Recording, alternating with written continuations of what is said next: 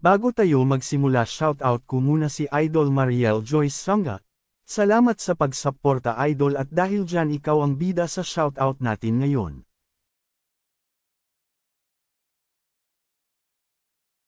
Sa nakaraan nating kwento, ipinakita ang pagtungo nila Yezuan sa Drunken Immortal House upang ipa-auction ang martial arts skill book na nakuha nila sa Two World Cities Mountain. Ipinakita rin ang pagtakas ni Tuubayan matapos nitong nakawin ang martial skill book mula sa Drunken Immortal House, at ang huli ay ang pagratsada ni Yezuan sa dalawang bola-bola ni Tuubayan at sa bulaklak nito nang hindi niya makontrol ang kanyang sarili dahil sa golden peel.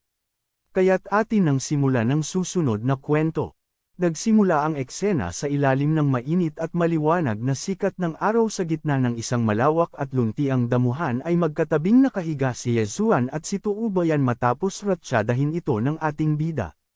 Sa gitna ng katahimikan ay unti-unting damilat si Yezuan habang naguguluhan ay kanyang ikinabigla nang makita sa kanyang tabi si Tuubayan habang pilit inaalala ang kanyang nagawa. Dahil dito ay mabilis na bumangon si Yezuan mula sa pagkakahiga at agad na lumingon kay Tuubayan na walang malay pa rin sa kanyang tabi, at sa gitna ng kanyang pag-aalala ay naitanong niya sa kanyang master kung bakit hindi siya nito pinigilan. Tumugon naman ang master nito at nagkibit-balik at na sinabing paano niya pa ito pipigilan kung iyon ang tanging paraan upang maialis ang lason sa katawan ni Yezuan. At dahil sa hindi pa makapaniwala si Yezuan sa kanyang nagawa ay ipinag-utos naman ng master nito na kanya nang paslangin si Tuubayan bago pa man ito tuluyang magising dahil siya ang madedehado rito kapag hinayaan niya pa itong mabuhay. Ngunit hindi naman pumayag si Yezuan sapagkat naangkin niya na ang katawan nito kaya't tila sobra na raw kung papaslangan niya pa ito, na naging dahilan naman upang magalit ang master ni Yezuan sapagkat hindi raw nito naintindihan ang kanyang ginawa sapagkat noong panahon na tinulungan niya ito sa Drunken Immortal Cloud Ship ay halos maubos ang kanyang lakas, at ngayon dahil sa nangyari kay Yezuan ay naging mas matindi ang paggamit niya ng enerhiya upang mailigtas lamang ito at base sa kanyang kondisyon ay maaari siyang mapunta sa mahimbing na pagkakatulog, kaya't kinakailangan na nila mahanap kung nasaan ang Earth of Tao.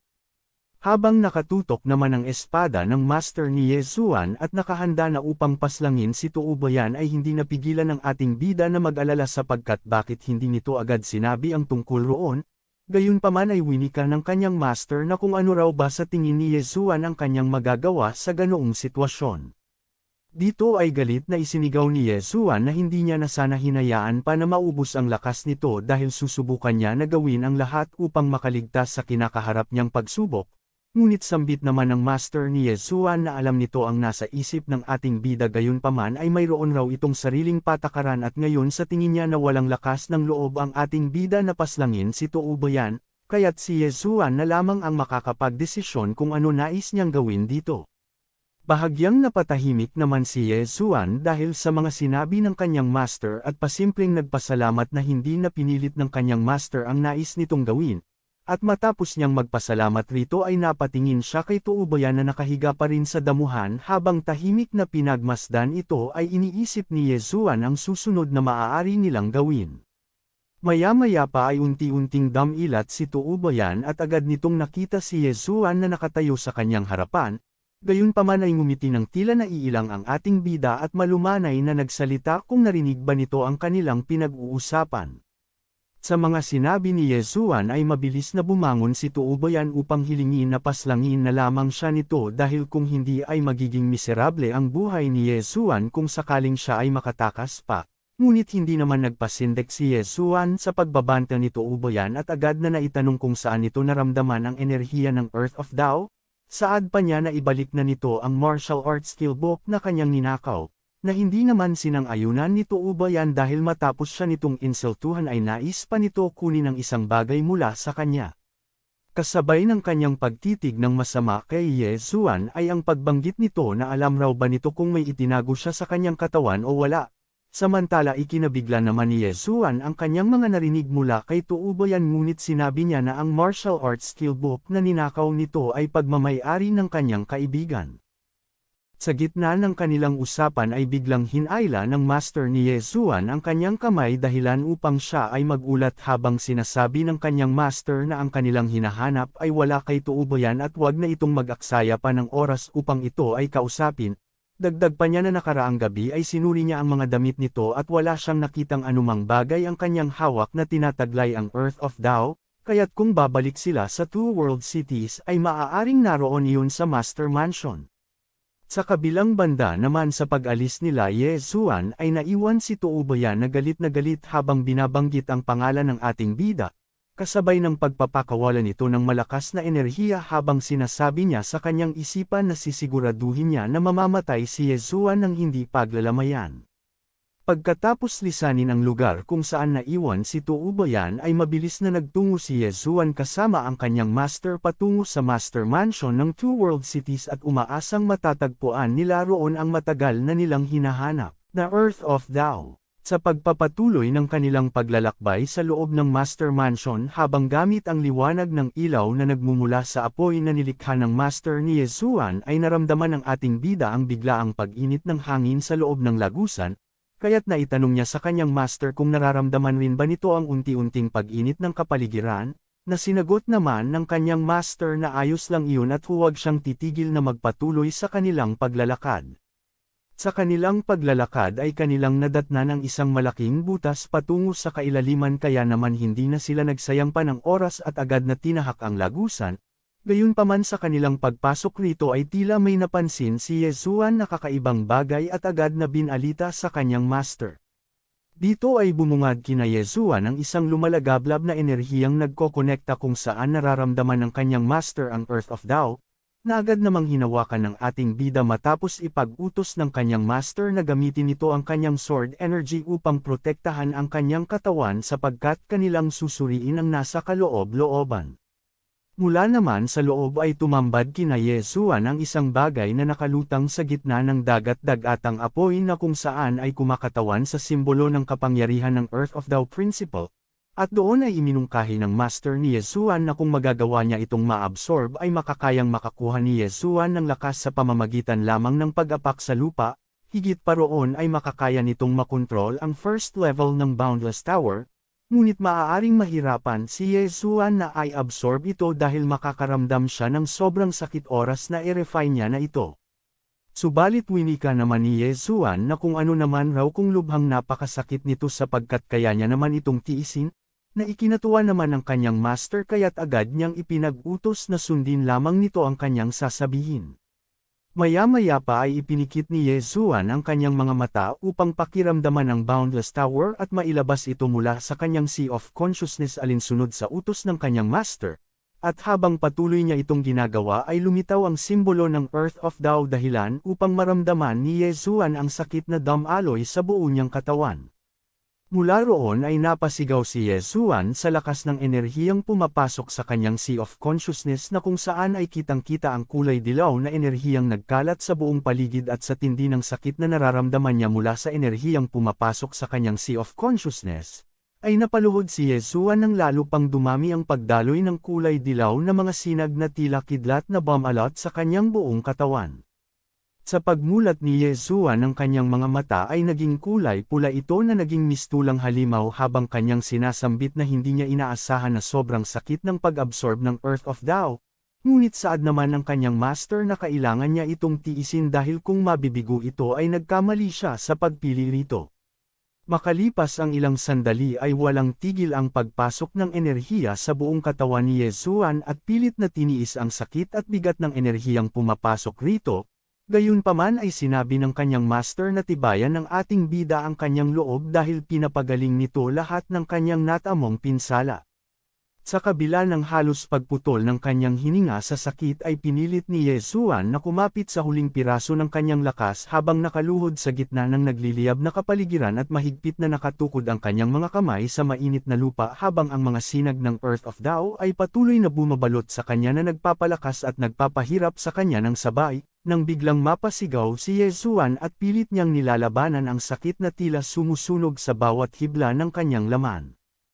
Samantala nataranta naman ang master ng ating bida kaya't agad nitong naitanong si Yezuan kung ayos lang ba ito, Subalit sa kabila ng kanyang pag-aalala ay ang paglutang ni Yesuan sa ere at pagkakaroon ng isang baluti sa kanyang katawan.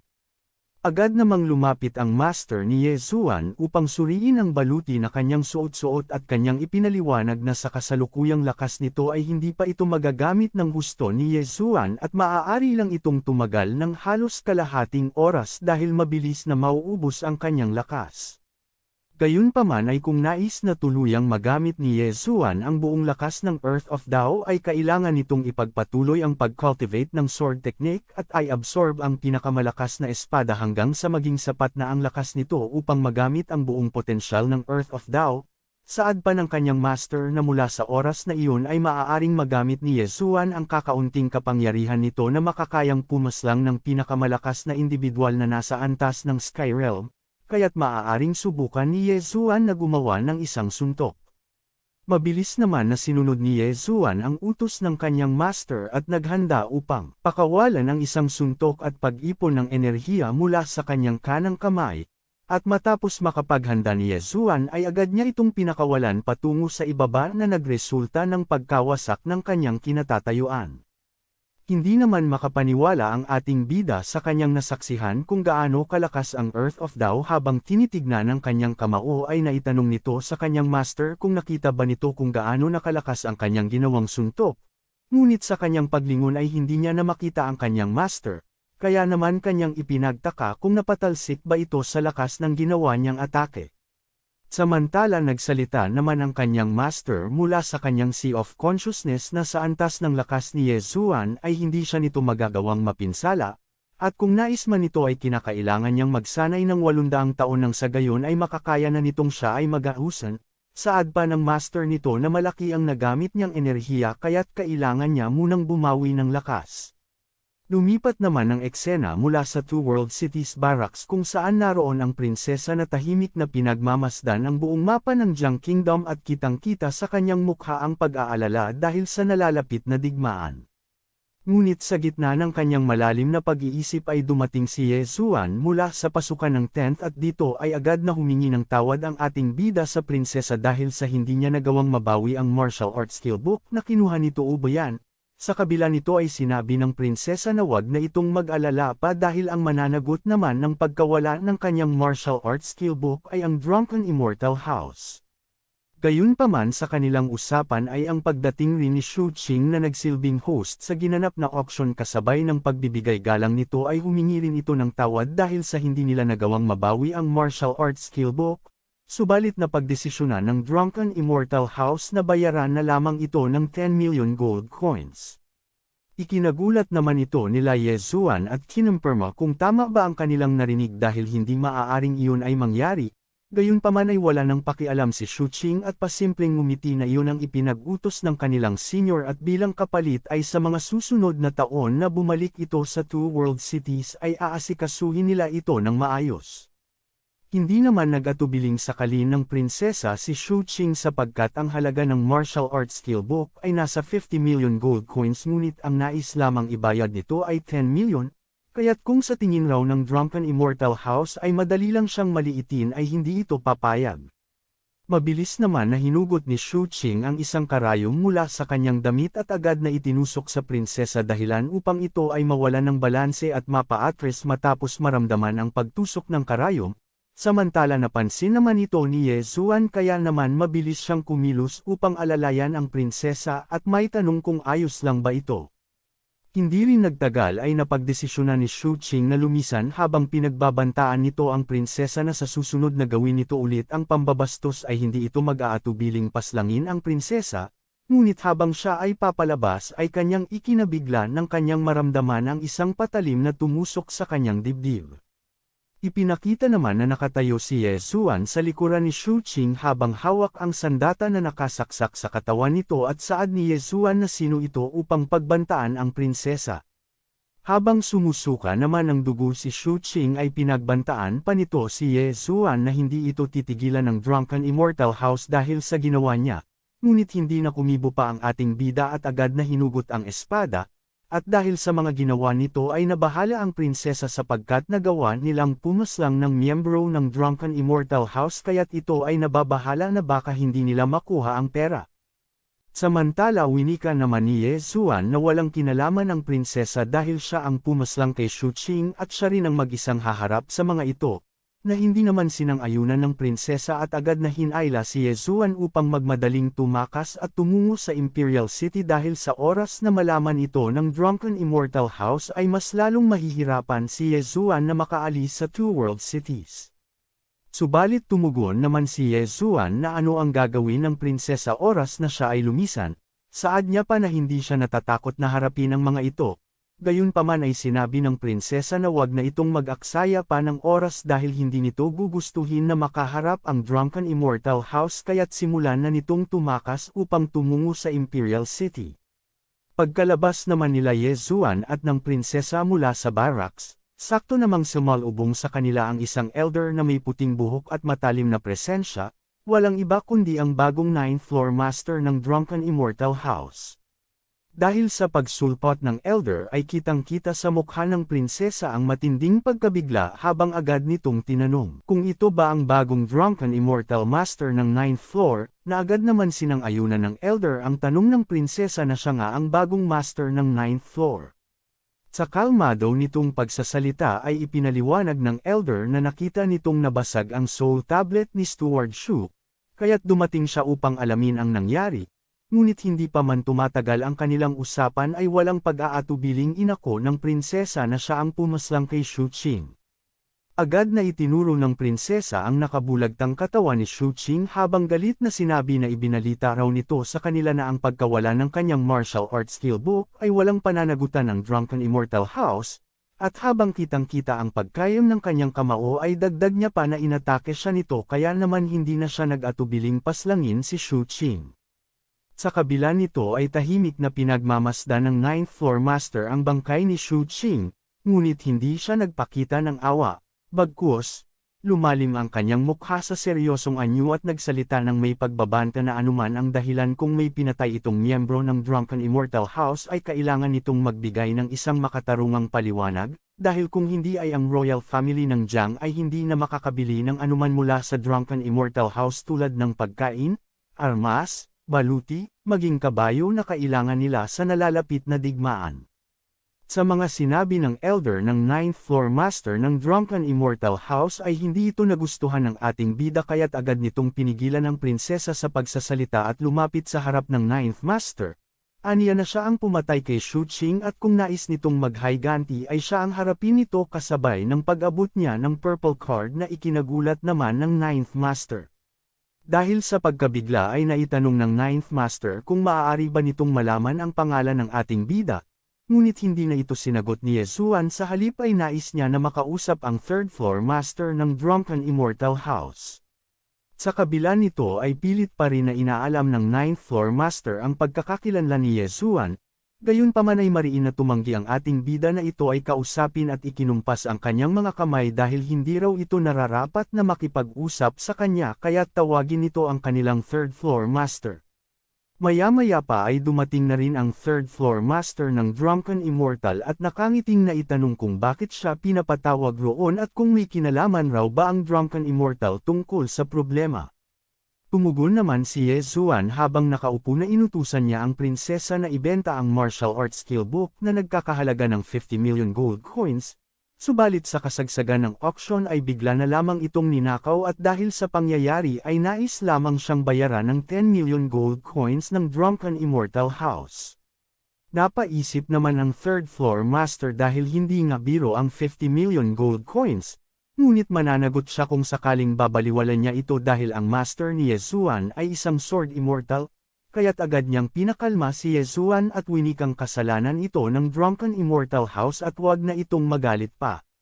Matapos sabihin ng 3rd master iyon ay agad itong lumingon kung saan naroon ang 9th master upang tanungin kung bakit hindi pa nito ibigay ang kabayaran sa kanyang kaibigan, na hindi naman sana sasang-ayunan ng 9th master dahil lubhang napakalaking halaga ng 50 million, ngunit hindi na pinakinggan pa ng 3rd master ang sinasabi nito at sundin na lamang ang kanyang pinag-utos.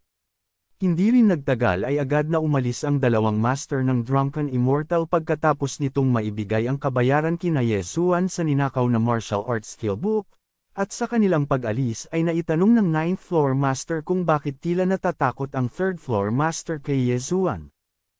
Hindi naman sinagot ng 3rd floor master ang tanong nito, sa halip ay naitanong niya sa 9th master kung alam ba nito kung bakit napaslang ang 8th floor master ng kanilang drunken immortal. Dito ay naikwento niya na ang master ni Yezuan ay pinaslang ang 8th floor master ng kanilang drunken immortal pavilion sa pamamagitan lamang ng isang atake. Kaya kung nais niya itong kalabanan ay dapat alamin nito sa kanyang sarili kung makakaya ba nitong harapin ang isang sword immortal. Sa mga naikwento ng 3rd floor master ay hindi makapaniwala ang 9th master ng kanyang marinig ang sinasabi nito na isang sword immortal ang master ni Yezuan at napanganga na lamang habang pinagpapawisan. Samantala, sa kabilang dako naman ay payapang nakikipag-usap si Yezuan sa prinsesa at iniabot niya ang isang sabreng ginto at walang pag-aalinlangan na sinabing kunin na nito ang 50 million bilang kabayaran ng kanyang martial arts skill book, na naging dahilan naman upang magulat ang prinsesa sapagkat iyon ay napakalaking halaga kaya't sigurado na raw ba si Yezuan na ibibigay niya ito lahat. Subalit ngumiti naman si Yezuan at agad na hinawakan ang prinsesa sa balikat at iminungkahi na sa kanya iyon nararapat upang mabayaran na rin ito ang pagkakautang ng kanilang mga sundalo. Ikinalugod naman ito ng prinsesa at nagpasalamat sa ating bida at bago pa man matapos ang kanilang usapan ay ibinigay nito ang isang kahon na naglalaman ng fire spirit na ipinaabot ni Anlan Shu na makakatulong sa pagpapagaling ng kanyang kapatid. Dagdag niya pa na humingi na rin siya ng tulong sa kanyang ama upang ipadala ang isang healer sa Kenlan Academy nang sa gayon ay mas lalong mabilis ang pagpapagaling ng kapatid ni Yezuan. Sa kabilang banda naman habang sila ay nag-uusap ay may isang sundalo ang dumating upang ibalita ang mga paparating na kalaban mula sa kabundukan kung saan ay may isang malakas na pagsabog ang naganap dahilan upang mangamba naman ang prinsesa dahil sa tingin nito ay nalalapit na ang pagsisimula ng digmaan matapos masira ang Spirit Vein Ban. Saad ng prinsesa na kapag nabasag ang Spirit Vein Ban, ay lalabas ang spiritual na enerhiya na maaaring kumalat sa iba't ibang lugar at ang Two World Cities ay magsisilbing kayamanan na pag-aagawan ng maraming makapangyarihang pamilya lalo na ang Tang Dynasty na hindi ito palalagpasin. Gayunpaman bago magsimula ang digmaan ay nais ng prinsesa na magmadali nang tumungo si Yezuan sa Imperial City at bumalik sa Kenlan Academy. Samantala agad naman naniyakap ng ating bida ang prinsesa upang sabihin na kung kailangan siya nito ay huwag itong mag-alinlangan na humingi ng tulong sa kanya, na sinagot naman ng prinsesa na umaasa siya na magkikita silang muli sa hinaharap.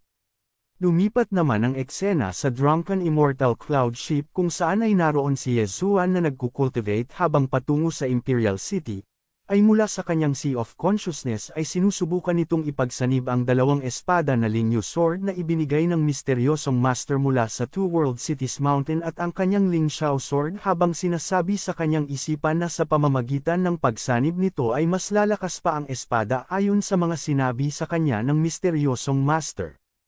Maya-maya pa ay tuluyang napag-isa ni Yezuan ang dalawang espada na kanyang ikinamangha dahil sa nilalabas nitong malakas na enerhiya at agad itong iwinasiwas upang subukan ang bago nitong lakas, at mula roon ay pinangalanan niya ang espadang iyon bilang Ling Shujian.